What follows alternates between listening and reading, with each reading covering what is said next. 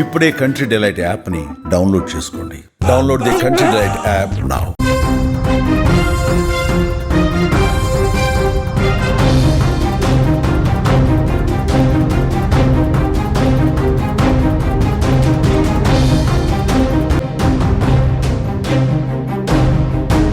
Russia అధ్యక్షుడు Vladimir Putin పై America అధ్యక్షుడు Donald Trump తీవ్ర ఆగ్రహాన్ని వ్యక్తం చేశారు. యుక్రెయిన్తో కాల్పుల విరమణకు సంబంధించి ఒకవైపు చర్చలు జరుగుతున్న వేళ పుతిన్ సైన్యం అతిపెద్ద వైమానిక దాడులు చేయడంపై ఫైర్ అయ్యారు.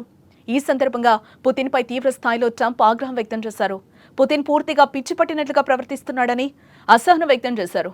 పుతిన్ తనకు చాలా కాలంగా తెలుసని, ఆయనతో ఎప్పుడూ మంచి సంబంధాలే ఉన్నాయి, కానీ ఆయనకి ఏదో జరిగింది, పూర్తిగా పిచ్చి పట్టినట్లుగా ప్రవర్తిస్తున్నారు, ఎటువంటి కారణం లేకుండానే యుక్రెయిన్ నగరాలపై క్షిపణులు డ్రోన్లతో విరుచుకుపడుతున్నారు, అనవసరంగా చాలా మందిని చంపేస్తున్నారు.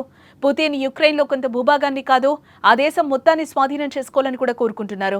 ఆయన దృష్టిలో అది సరైందే కావచ్చు, కానీ ఇది రష్యా పతనానికే దారితీస్తుందంటూ ఘాటు వ్యాఖ్యలు చేశారు.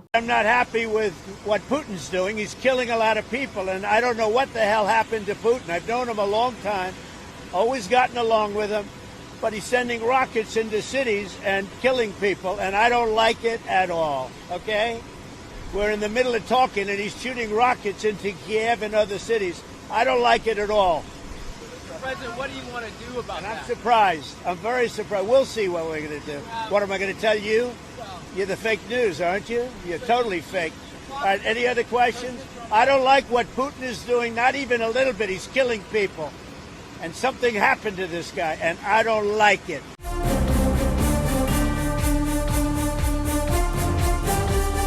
మరోపక్క యుక్రెయిన్ అధ్యక్షుడు జెలెన్స్కీ తీరును కూడా ట్రంప్ విమర్శించారు. జెలెన్స్కీ మాట్లాడే విధానం కూడా ఆ దేశానికి ఏమాత్రం మేలు చేయదని అన్నారు. ఆయన నోటి నుంచి వచ్చే ప్రతి మాట సమస్యలు సృష్టిస్తోందని చెప్పారు. ఇది మంచి పద్ధతి కాదని, ఇకనైనా ఆపాలని పేర్కొన్నారు. 3 ఏళ్ల క్రితం తాను అమెరికా అధ్యక్షుడిగా ఉంటే ఈ యుద్ధం మొదలయ్యేది కాదని పునరుద్ఘాటించారు. అసమర్థత, ద్వేషంతో మొదలైన ఈ ఉద్రిక్తతలను ఆపేందుకు ప్రయత్నిస్తున్నామని డొనాల్డ్ ట్రంప్ అన్నారు.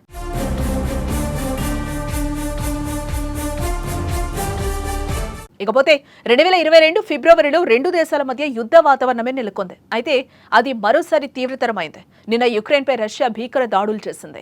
రాజధాని కీవ్ సహా పలు ప్రాంతాలు లక్ష్యంగా రష్యా సైన్యం 367 డ్రోన్లు, క్షిపణులు ప్రయోగించింది.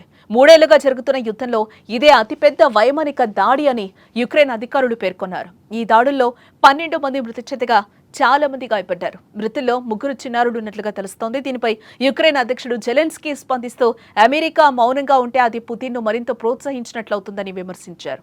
ఇదే విషయం గురించి పుతిన్ పై ట్రంప్ సీరియస్ అయ్యారు.